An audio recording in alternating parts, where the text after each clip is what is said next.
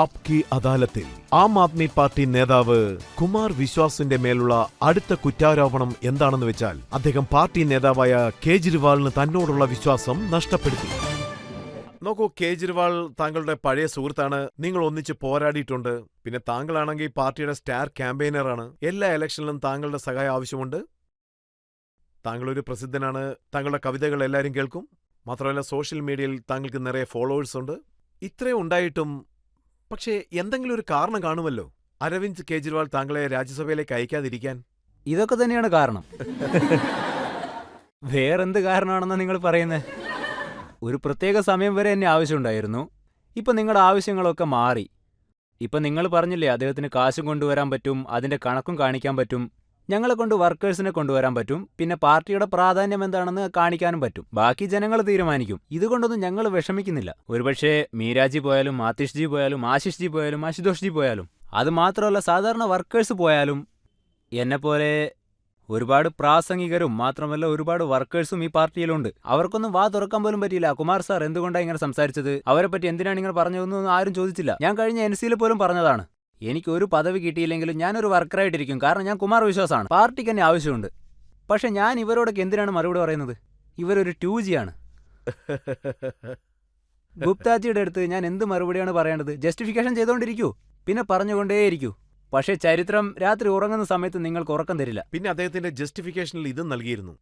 ഗുപ്താജി ഹരിയാനയിൽ വളരെ പോപ്പുലറാണ്. ഹരിയാനയിൽ 16% വൈഷ്ണവ വോട്ടുണ്ട്. സാർ, ആദ്യമായിട്ട് ഇതിനെപ്പറ്റിയൊക്കെ സംസാരിക്കുന്നത് വലിയ തെറ്റായിട്ടുള്ള കാര്യമാണ്. എത്ര പെർസെന്റേജ് വൈഷ്ണവാസ് വോട്ടുണ്ട്, എത്ര പെർസെന്റേജ് ദളിത് വോട്ടുണ്ട്, എത്ര പെർസെന്റേജ് മൈനോറിറ്റി വോട്ടുണ്ട്. രാഷ്ട്രീയത്തിൽ ഞാൻ വന്നത് ഇത് തകർക്കാൻ വേണ്ടിയാണ്. പിന്നെ വേറൊരു കാര്യം കൂടി ഞാൻ കേട്ടിരുന്നു. അത് റിപ്പോർട്ടേഴ്സ് പറഞ്ഞതാണ്. എന്താണെന്ന് വെച്ചാൽ ഹരിയാനയിൽ അവരെ തോൽപ്പിക്കുമെന്ന്. ഇത് ഞങ്ങളുടെ നേതാവിന് വലിയ അപമാനമാണ്. അരവിന്ദ് കെജ്രിവാൾ ഹരിയാന സ്വദേശിയാണ്. അവിടെ പോലും ജയിക്കാൻ പറ്റാത്തത്ര ദുർബലരായോ അദ്ദേഹം? പുറത്തു നിന്ന് കൂട്ടി വരുന്നു. നമ്മുടെ വീട്ടിലുള്ള സ്ട്രോങ് ആയ ആളെ വിശ്വസിക്കാതെ പുറത്തു നിന്ന് വരുന്ന ആളെ നമ്മൾ വിശ്വസിക്കേണ്ട ആവശ്യമുണ്ടോ? ഇതുപോലെ ഏത് വർക്കർ പറഞ്ഞാലും അത് ഞങ്ങളുടെ നേതാവിന് ഒരു വലിയ അപമാനം തന്നെയാണ്.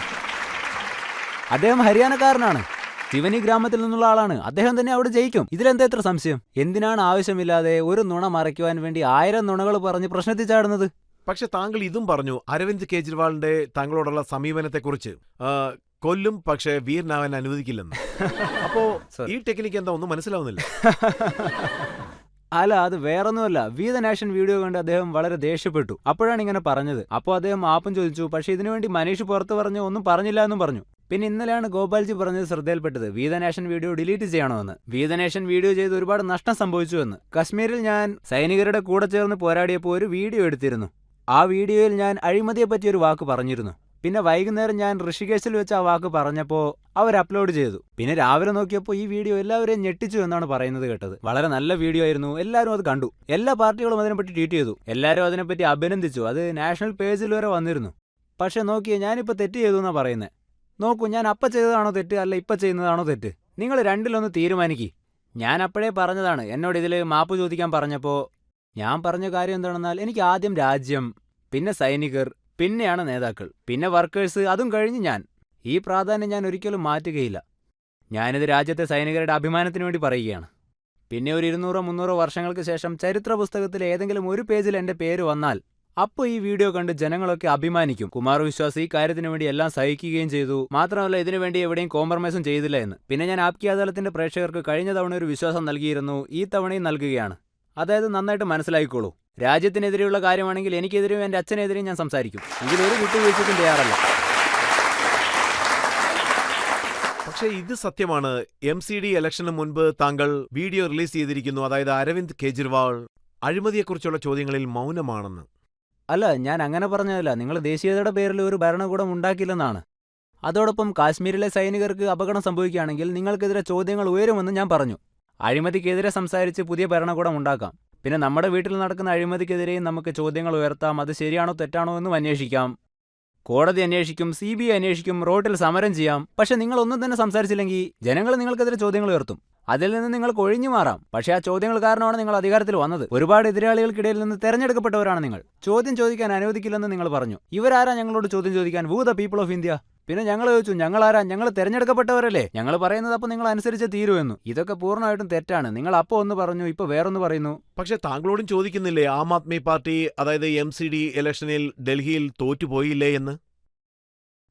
ഒരുപക്ഷെ ഞാൻ അത്ര വലിയൊരു നേതാവായിരുന്നെങ്കിൽ, അതായത് ഞാൻ ഡൽഹിയിൽ നിന്നിരുന്നെങ്കിൽ ജയിക്കുമായിരുന്നു എന്നാണെങ്കിൽ അവരെന്നെ ഒരുപാട് ബഹുമാനിക്കണം. മാത്രമല്ല പാർട്ടിയിലെ ജനങ്ങൾ എന്നെ അഭിനന്ദിക്കണം. നിങ്ങൾ എന്തായി പറയുന്നത്? കുമാർ വിശ്വാസ് അത്ര പ്രധാനപ്പെട്ട ഒരാളാണെന്ന് എനിക്ക് തോന്നുന്നില്ല. ഞാൻ കാരണം തോൽക്കാം, പക്ഷെ ആയിരക്കണക്കിന് വർക്കേഴ്സ് ഉണ്ടായിരുന്നു. കൂടാതെ ആദർശങ്ങളിലും വല്ല തെറ്റുകളും കാരണം സംഭവിച്ചിരിക്കാം. താങ്കൾ പഞ്ചാബിൽ പ്രചാരണത്തിന് പോയില്ല, ഗോവയിലും പ്രചാരണത്തിന് പോയില്ല, അവിടെ എല്ലാം തോറ്റുപോയി. പഞ്ചാബിൽ ഞാൻ ലഹരിക്കെതിരായിട്ട് പാട്ട് എഴുതി, എനിക്കെതിരെ അവർ കേസ് രജിസ്റ്റർ ചെയ്തു, അവരെന്നെ വിളിപ്പിച്ചു. അതിനുശേഷം ഒരു 4-5 തവണ എന്നെ പോകാൻ അനുവദിക്കണമെന്ന് ഞാൻ അവരോട് പറഞ്ഞു. അപ്പോൾ അവരത് എതിർക്കുകയും അവരെന്നോട് ഒരു കാര്യം പറയുകയും ചെയ്തു. അവരൊരു ഫെനറ്റിക് മൂവ്മെന്റ് ആണെന്നും എന്നോട് ദേഷ്യത്തിലാണ് അവരെന്നും പറഞ്ഞു. പിന്നെ ഞാനിപ്പോൾ അമേരിക്കയിൽ പോയാലും വേറെ എവിടെ പോയി നോക്കിയാലും എന്റെ ഷോയുടെ പുറത്ത് ഖാലിസ്ഥാൻ സപ്പോർട്ടേഴ്സ് എന്നും പറഞ്ഞൊരു 15-20 പേര് ഇന്ത്യക്കെതിരെ മുദ്രാവാക്യം വിളിക്കും. അതായത് കുമാർ വിശ്വാസ് തുലയട്ടെ, ഇന്ത്യ തുലയട്ടെ എന്ന് പറഞ്ഞ്. ഇത് കേൾക്കാൻ എനിക്ക് വലിയ സന്തോഷമാണ് സർ. കാരണം ഞാൻ എവിടെ പോയാലും ഇന്ത്യ എതിർക്കുന്നവർ എന്നെയും ശത്രുവായിട്ട് കാണുന്നു. ഇതിലും വലിയ സന്തോഷം എനിക്ക് എന്താ വേണ്ടത് സർ? നിങ്ങൾ തന്നെ പറയൂ. ഇതെനിക്ക് അഭിമാനിക്കാവുന്ന കാര്യമാണ്. അതുകൂടാതെ എന്നോട് പോകണ്ട എന്നും അവർ പറഞ്ഞു. ഞാൻ ഗോവയ്ക്ക് പോയപ്പോൾ അവരെന്താ പറഞ്ഞെന്ന് വെച്ചാൽ എന്നോട് ഡോർ ടു ഡോർ ക്യാമ്പയിൻ ചെയ്യണമെന്ന് പറഞ്ഞു. ഞാനത് ചെയ്യുകയും ചെയ്തു. ഇപ്പൊ കണ്ടില്ലേ താങ്കളെ തന്നെ താങ്കളുടെ പാർട്ടി ശത്രുവായിട്ട് കരുതുന്നത്? ഇല്ല സർ, ഇല്ല. ചാണക്യനെ വിളിച്ചുകൊണ്ട് മഗധയുടെ മന്ത്രി ദണ്ഡ എന്ന് പറഞ്ഞു. അതായത് മഗധക്കെതിരെ നീ ചതി ചെയ്യുന്നു എന്ന് പറഞ്ഞു. അപ്പം മഹാത്മാ ചാണക്യർ പ്രധാനമന്ത്രിയുടെ അടുത്തൊരു കാര്യം പറഞ്ഞു. ബഹുമാനപ്പെട്ട പ്രധാനമന്ത്രി, നിങ്ങളൊരു പ്രധാനപ്പെട്ട കാര്യം മനസ്സിലാക്കേണ്ടതുണ്ട്. ആ വംശം മഗധയല്ല. ഞങ്ങൾ 2-3 പേർ മാത്രമുള്ള ഒന്നല്ല ഈ ആം ആദ്മി പാർട്ടി. ആം ആദ്മി പാർട്ടി ലക്ഷക്കണക്കിന് ജനങ്ങളുണ്ട്. അവർ പുറത്ത് ഞങ്ങൾക്ക് വേണ്ടി കാത്തിരിക്കുകയാണ്. സോ 2-3 പേർ എന്നെ എതിർക്കുന്നത് കൊണ്ടോ അവരെനിക്കെതിരെ ചതി ചെയ്യുന്നത് കൊണ്ടോ പാർട്ടിയുടെ വർക്കേഴ്സ് എല്ലാവരും മറ്റുള്ളവരെ ജി എന്ന് പറഞ്ഞ് വിളിക്കും, എന്നെ കുമാർ ചേട്ടാ എന്നും വിളിക്കും. ഇതാണ് സാർ എൻ്റെ ഏറ്റവും വലിയ ശക്തിയായിട്ട് പറയാവുന്നത്. പക്ഷേ താങ്കൾ തന്നെ ഇക്കാര്യം പറയും, അഭിമന്യുവിനെ പോലെ കൊല്ലുവെന്ന്. ഒരു യോദ്ധാവിനെ ആളുകൾ വളഞ്ഞാക്രമിക്കുകയാണെങ്കിൽ ഒരു തവണ ഒരു കാര്യം പറയും, മറ്റൊരു തവണ വേറൊന്ന് പറയും. അഫിഡവിറ്റ് ആദ്യം റെഡിയാക്കും, പിന്നെ PSC റെഡിയാക്കും. അങ്ങനെയുള്ളപ്പോൾ ജനങ്ങൾ സംശയിക്കുക തന്നെ ചെയ്യും. പക്ഷേ അഭിമന്യു ചക്രവ്യൂഹത്തിലേക്ക് പോകുന്നതിന് മുന്നേ എല്ലാവരുടെയും കാല് തൊട്ട് വന്ദിച്ചിരുന്നു. എല്ലാവരും അവനെ വിജയ് ഭവ, വിജയ് ഭവ, വിജയ് ഭവ എന്ന് പറഞ്ഞു. പക്ഷേ കൃഷ്ണന്റെ കാലിൽ വീണപ്പോൾ അദ്ദേഹം യശസ്വി ഭവ എന്നാണ് പറഞ്ഞത്. അഭിമന്യുവിന്റെ അമ്മ അത് കേട്ട് വിഷമിച്ചു. അവരൊക്കെ പോയപ്പോൾ ദ്രൗപദി കൃഷ്ണന്റെ അടുത്ത് വന്ന് ചോദിച്ചു, നിങ്ങൾ എന്റെ മകന്റെ അടുത്ത് വിജയ് ഭവ എന്നതിനു പകരം യശസ്വി ഭവ എന്ന് എന്തുകൊണ്ടാണ് പറഞ്ഞത്? അപ്പൊ കൃഷ്ണൻ പറഞ്ഞു, യുദ്ധത്തിൽ യോദ്ധാക്കൾ ജയിക്കുകയും ചെയ്യാം, തോൽക്കുകയും ചെയ്യാം. ചിലർ ജയിക്കും, ചിലർ തോൽക്കും. പക്ഷേ യശ് എപ്പോഴും അമരനായിട്ടിരിക്കും. എന്റെ മരുമകൻ ജയിക്കുമോ തോൽക്കുമോ എന്ന് എനിക്കറിയില്ല. പക്ഷേ വരും കാലങ്ങളിൽ മഹാഭാരതത്തിലെ ഏറ്റവും മികച്ച പോരാളികൾ ഒന്നായിട്ട് അവൻ അറിയപ്പെടും. അവൻ ജയിക്കുമോ തോൽക്കുമോ എന്നൊന്നും എനിക്ക് ഉറപ്പില്ല. പക്ഷേ സത്യത്തിനു വേണ്ടി പോരാടുന്ന എല്ലാ പോരാളികളുടെയും പേര് തങ്കലിപികളാൽ എഴുതപ്പെടും. അത് എനിക്കും അഭിമാനിക്കാവുന്നതാണ്, എന്റെ വർക്കേഴ്സിനും അഭിമാനിക്കാവുന്നതാണ്. ഇത്രേ ഞാൻ പറയുന്നത്. പക്ഷേ സത്യം ഇതാണ്, അരവിന്ദ് കെജ്രിവാൾ താങ്കൾക്ക് എത്രത്തോളം ബഹുമാനം നൽകിയിരിക്കുന്നു, താങ്കളെ എത്രത്തോളം വളർത്തിയിരിക്കുന്നു, പിന്നെ താങ്കൾക്ക് ക്യാമ്പയിനുള്ള ചാൻസ് നൽകി. അത്രയൊക്കെ ചെയ്തിട്ടും അദ്ദേഹത്തിനെതിരായിട്ടാണ് താങ്കൾ സംസാരിക്കുന്നത്. താങ്കൾ അദ്ദേഹത്തിന്റെ അടുത്ത് സർജിക്കൽ സ്ട്രൈക്കിന്റെ തെളിവുകൾ ചോദിച്ചു, പിന്നെ അതിനെ ഗ്ലോറിഫൈ ചെയ്യുകയും ചെയ്തു. നോക്കൂ സാർ, ഞാൻ നിങ്ങളുടെ അടുത്ത് മുന്നേ പറഞ്ഞതാണ് അതൊരു അൺവാണ്ടഡ് വീഡിയോ ആണെന്ന്. ഞാൻ അതിനോടുള്ള എതിർപ്പും പ്രകടിപ്പിച്ചതാണ്. അത് കാരണം ഒരുപാട് മിസ്അണ്ടർസ്റ്റാൻഡിങ്സ് ഉണ്ടായി. പ്രശ്നം പുറത്തറിഞ്ഞതുകൊണ്ട് പറയുന്നതിൽ തെറ്റില്ല. ഞാൻ ഒരാൾ മാത്രമാണ് അദ്ദേഹത്തോട് വളരെ അടുപ്പത്തോടെ അരവിന്ദ് എന്ന് പേര് ചൊല്ലി വിളിക്കുക. അപ്പോൾ ആർഗ്യുമെന്റ് വലുതായപ്പോൾ അദ്ദേഹം എന്താ പറഞ്ഞെന്ന് വെച്ചാൽ, എന്തെങ്കിലും പറയാനുണ്ടെങ്കിൽ നീ പറയണമെന്ന്. ഞാൻ പറയില്ല എന്ന് പറഞ്ഞു. അത് തെറ്റാണ്. അദ്ദേഹം എന്തു തന്നെ പറഞ്ഞാലും അദ്ദേഹത്തിന്റെ മനസ്സിൽ വേറൊന്നായിരിക്കും. അപ്പോൾ എനിക്ക് കരയാൻ തോന്നി. ഞാൻ അകത്ത് പോയിട്ട് ഇതൊന്നും വേണ്ട എന്ന് പറഞ്ഞു. ഇത് പാകിസ്ഥാനിലെ മാധ്യമങ്ങൾ ഫ്രണ്ട് പേജിൽ തന്നെ കൊടുക്കുമെന്ന് പറഞ്ഞു. ആരും തന്നെ അത് കേട്ടില്ല. ഞാനത് സൈനികരുടെ ശക്തിയാണെന്ന് പറഞ്ഞു. പക്ഷേ മോദിയെ മാറ്റിയാൽ എല്ലാം ശരിയായിക്കൊള്ളുന്നു അവർ പറഞ്ഞു. ഇതാണ് ശരിക്കും നടന്നത്. ഇനി നിങ്ങൾ തന്നെ പറയൂ, ഈ ദേഷ്യം ഉണ്ടാവുകയാണെങ്കിൽ, ഞാൻ യുദ്ധത്തെ സപ്പോർട്ട് ചെയ്യുന്നവനല്ല. പക്ഷെ നമ്മുടെ അമ്മമാർ തന്റെ മക്കളെ യുദ്ധത്തിൽ പറഞ്ഞയക്കുന്നു, ഭാര്യമാർ ഭർത്താക്കന്മാരെ പറഞ്ഞയക്കുന്നു, സഹോദരിമാർ സഹോദരന്മാരെ പറഞ്ഞയക്കുന്നു. ഏതൊരു സൈനികനാണോ അകത്ത് പോയിട്ട് തീവ്രവാദികളെ കൊന്നുകൊണ്ടുവരുന്നത്, അവർ തിരിച്ച് വീട്ടിലേക്ക് പോയിട്ട് ഇതൊക്കെ വെറും രാഷ്ട്രീയമാണെന്ന് മനസ്സിലാവുകയാണെങ്കിൽ അവർക്ക് തീർച്ചയായിട്ടും ഞങ്ങളെപ്പറ്റി എല്ലാ കാര്യങ്ങളും മനസ്സിലാവും. അപ്പോൾ അവരെന്താ ഞങ്ങളെപ്പറ്റി വിചാരിക്കുക? നോക്കൂ, കവിസമ്മേളനത്തിൽ വെച്ച് ഒരു രാത്രി മുഴുവൻ ഞങ്ങൾ ഇതിനെപ്പറ്റി വഴക്ക് കേട്ടവരാണ്. എന്നെക്കൊണ്ട് എന്ത് ചെയ്യാൻ പറ്റും? സൈനികർക്ക് വേണ്ടി പാട്ടുകൾ ഞാൻ പാടാറുണ്ട്. അതുമാത്രമല്ല, കാർഗിൽ വരെ പോയി സൈനികരുടെ ആത്മവിശ്വാസത്തെ വർദ്ധിപ്പിക്കുന്ന ഒരു കവിയാണ് ഞാൻ. ഇതിന് ഞാൻ മിണ്ടാതിരുന്ന് ഒരു നല്ല അഡ്വൈസ് കൊടുക്കില്ല എന്നാണെങ്കിൽ, ഞാൻ തെറ്റായിട്ടുള്ള അഡ്വൈസ് ഒന്നും കൊടുക്കുന്നില്ല. ഞാൻ അവരുടെ ശത്രുവല്ല, ഞാൻ നിങ്ങളുടെ ബ്രദറാണ്. ഞാൻ പറയുന്നത്, നിങ്ങൾ ദേശഭക്തരാണെങ്കിൽ നിങ്ങൾ ജനങ്ങൾക്ക് വേണ്ടി നിൽക്കണം. നിങ്ങൾക്ക് എങ്ങനെ ഞങ്ങൾ രാജ്യദ്രോഹികളാണെന്ന് അടച്ചാക്ഷേപിക്കാൻ സാധിക്കും? പക്ഷേ ഇത് കാരണം എനിക്ക് വലിയ നഷ്ടങ്ങൾ തന്നെ സംഭവിച്ചു. അത് സാരമില്ല, ചില സമയത്ത് ആക്സിഡന്റിൽ രക്ഷപ്പെട്ടാലും അവസാനം മരിക്കും. റോഡിൽ പോകുന്നവരൊക്കെ രക്ഷപ്പെടും, പക്ഷെ നിങ്ങൾ മരിക്കും. അത്രയുള്ള കാര്യം. പക്ഷേ ഇത് സർജിക്കൽ സ്ട്രൈക്കിന്റെ ഉദാഹരണം മാത്രമല്ല. EVM മിഷൻ, അരവിന്ദ് കെജ്രിവാൾ പറഞ്ഞു ഒരുപക്ഷെ തോൽക്കുകയാണെങ്കിൽ EVM മിഷൻ കാരണമായിരിക്കും നമ്മൾ തോൽക്കുന്നതെന്ന്. അങ്ങനെ തോറ്റാ EVM മിഷൻ ചെക്ക് ചെയ്യാൻ പറഞ്ഞു. പക്ഷെ താങ്കൾ EVM മിഷനിൽ എന്താണുള്ളതെന്ന് പറഞ്ഞത്? ഞാൻ എങ്ങനെ പറയാതിരിക്കും? ഞാനും പറഞ്ഞു, പിന്നെ ഞങ്ങളുടെ നിയമസഭാംഗം സന്ദീപ് സിംഗും പറഞ്ഞു. അതായത് എന്റെ അനിയൻ ഞങ്ങൾ എപ്പോഴും ഇതാണ് പറഞ്ഞത്, ഞങ്ങൾ EVM മെഷീൻ കാരണം തോറ്റാൽ അതിൽ തെറ്റ് സംഭവിച്ചിട്ടുണ്ടെങ്കിൽ അത് ചെക്ക് ചെയ്യണമെന്ന്, പിന്നെ ഇലക്ഷൻ കമ്മീഷനിൽ റിപ്പോർട്ട് ചെയ്യണം, സുപ്രീം കോടതിയിൽ കേസ് കൊടുക്കണം എന്നും പറഞ്ഞു. പക്ഷെ നോക്കൂ, ഞങ്ങൾ വേറെ കാരണം കൊണ്ട് തോറ്റിട്ടുണ്ട്, അതിനെപ്പറ്റി ഞങ്ങൾ സംസാരിക്കണം. അതിന് മാത്രം എന്താ ഉള്ളതെന്ന് ഞാൻ അണ്ണാ കലാപത്തിന്റെ സമയത്ത് ഞങ്ങൾ പാർട്ടി ഉണ്ടാക്കി. അപ്പം ഞാൻ ചാനലിൽ പോയപ്പോൾ അവിടെ ടച്ചപ്പ് ചെയ്യുന്ന കുട്ടികളിൽ ഒരു കുട്ടി എന്നെ കണ്ട് കരഞ്ഞു. ഞാൻ ഉടനെ എന്താ പറ്റിയെന്ന് ചോദിച്ചു. ആ കുട്ടി ഞാൻ ഭഗത് സിംഗ്, രാജ്ഗുരു, സുഖ്ദേവിനൊന്നും കണ്ടില്ല, പക്ഷെ നിങ്ങളെ കാണാൻ പറ്റിയെന്ന് പറഞ്ഞു. ഞാൻ അവിടെ നിന്ന് ഇവിടെ വരുമ്പോഴേക്കും ജനങ്ങൾ ചിരിയും നിർത്തി, അവരുടെ ചർച്ചയും നിർത്തി. അപ്പം നമ്മൾ കുറച്ചെങ്കിലും ചിന്തിക്കണ്ടേ നമ്മൾ ആരാണ്, നമ്മളിപ്പോൾ എങ്ങനെയാണ് ഉള്ളതെന്ന്. എല്ലാവരും ഈ പ്രശ്നത്തെപ്പറ്റി സംസാരിച്ചാൽ നന്നായിരിക്കും. ഞങ്ങൾ സംസാരിക്കാൻ വിളിച്ചാൽ എല്ലാവരും നന്നായിരിക്കും എന്ന് പറയും. നമ്മൾ എല്ലായിടത്തും ജയിച്ചിട്ടുണ്ട്, ലക്ഷദ്വീപ്, അണ്ടമാൻ, അങ്ങനെ എല്ലായിടത്തും നമ്മൾ ജയിച്ചു എന്ന് പറയും. പക്ഷെ നോക്കി, ഇതൊക്കെ വളരെ തെറ്റാണ്. വർക്കേഴ്സ് എത്ര കാലത്തേക്ക് എങ്ങനെ ഇരിക്കുന്നത്? എല്ലാം നന്നായിട്ട് പോകുന്നെന്ന് താങ്കളല്ലേ പറഞ്ഞത്. ഇപ്പോൾ കപിൽ മിശ്ര കുറ്റങ്ങൾ ആരോപിച്ചിരിക്കുന്നു. അതായത് അരവിന്ദ് കെജ്രിവാൾ 2 കോടി വാങ്ങിച്ചത് കണ്ടെന്ന്. മാത്രമല്ല അതിന്റെ തെളിവുകളും അദ്ദേഹം നൽകിയിരിക്കുന്നു. പക്ഷെ താങ്കൾ പറയുന്നു അരവിന്ദ് കെജ്രിവാൾ പാല് പോലെയാണ്, അദ്ദേഹം അഴിമതി ഒന്നും ചെയ്യില്ല. സാർ, ഞാൻ ഇപ്പോഴും പറയുന്നു, നമ്മൾ അനാവശ്യമായി ആരുടെ നേരെയും കുറ്റാരോപണം നടത്തരുത്. ഇത് നോക്കൂ, ഒരു 7 മാസം മുന്നേ ഖത്തറിന്റെ കല്യാണത്തിൽ നിന്നാണ് ഈ ഒരു ശീലം തുടങ്ങിയത്. അപ്പം നമ്മൾ എന്തായാലും ഒരു തീരുമാനത്തിൽ എത്തിയേ തീരൂ. ഒന്നുകിൽ ഹലാൽ, അല്ലെങ്കിൽ വേറെ എന്തെങ്കിലും ഒന്ന്. അതായത് അതിനെ നമ്മൾ എന്താ പറയുകയെന്ന് വെച്ചാൽ കഴുത്തിറക്കൽ, അതായത് ചതി.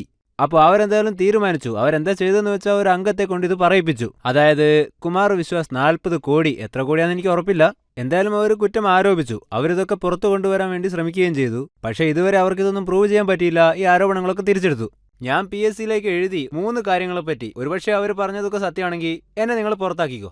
ഇനി അവർ പറഞ്ഞതാണ് തെറ്റെങ്കിൽ നിങ്ങൾ അവരെയും പുറത്താക്കണം. ഇനി പാർട്ടിയെ രക്ഷിക്കാനാണെന്നുണ്ടെങ്കിൽ, അതായത് ഒരു മുസ്ലിം മെമ്പറെ രക്ഷിക്കാനാണെങ്കിൽ, അദ്ദേഹമാണെങ്കിൽ എന്നേക്കാളും 7 വയസ്സിന് ഇളയവരാണ്. PSCയെ കൊണ്ട് പറയിപ്പിക്കുക കുമാർ ചേട്ടൻ എന്നേക്കാളും മൂത്തവരാണ്, എന്നോട് ക്ഷമിക്കണമെന്ന്. ശരി പോട്ടെ, അവരനിയനല്ലേ എന്ന് കരുതി ഞാനും ക്ഷമിക്കും. ഈ 3 കാര്യങ്ങൾ നിങ്ങൾ ചെയ്തില്ല. നിങ്ങളെല്ലാവരും കൂടി എന്റെ മുതുകി കുത്താൻ നോക്കി. അവസാനം എന്താ സംഭവിച്ചത്? അത് നിങ്ങൾ തന്നെ തിരിച്ചു ബാധിച്ചു.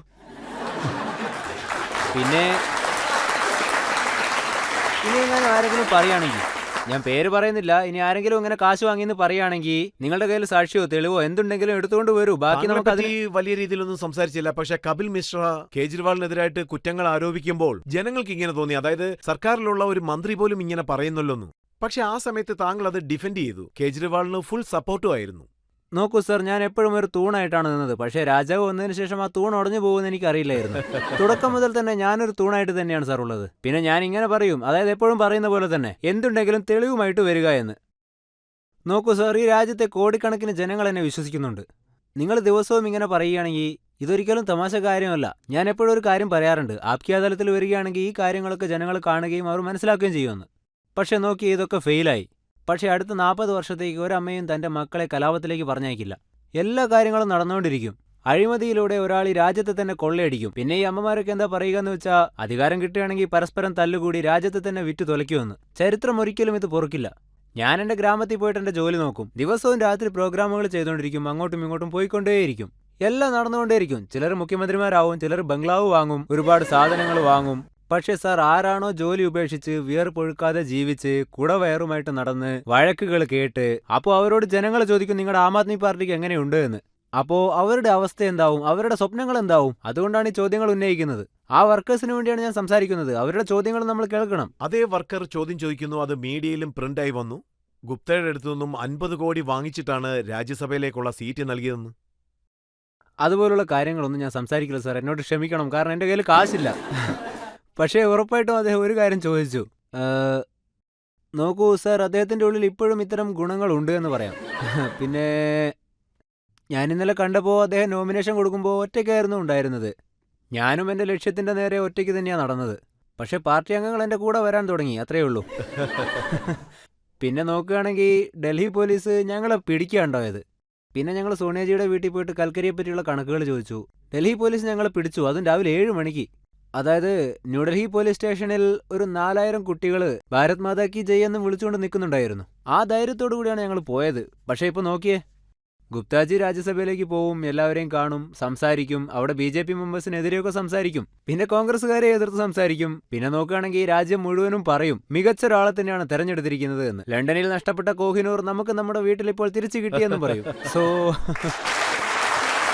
അങ്ങനെ തന്നെ പറയും. പക്ഷേ സുശീൽ ഗുപ്ത താങ്കൾക്കൊരു വാണിംഗ് നൽകിയിട്ടുണ്ട്. താങ്കൾ സ്വയം നിയന്ത്രിക്കണം, സമാധാനത്തോടെ സംസാരിക്കണമെന്ന്. ഇപ്പൊ ഞങ്ങളുടെ ദുർഭാഗ്യം എന്താണെന്നാൽ, എല്ല് തിന്നുകൊണ്ടിരുന്ന നായ സിംഹത്തെ കണ്ട് കുരയ്ക്കാൻ തുടങ്ങിയിരിക്കുകയാണ്.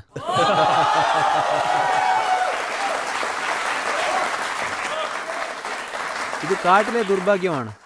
എന്നിരുന്നാലും ഇത് അനുഭവിച്ചേ മതിയാവൂ.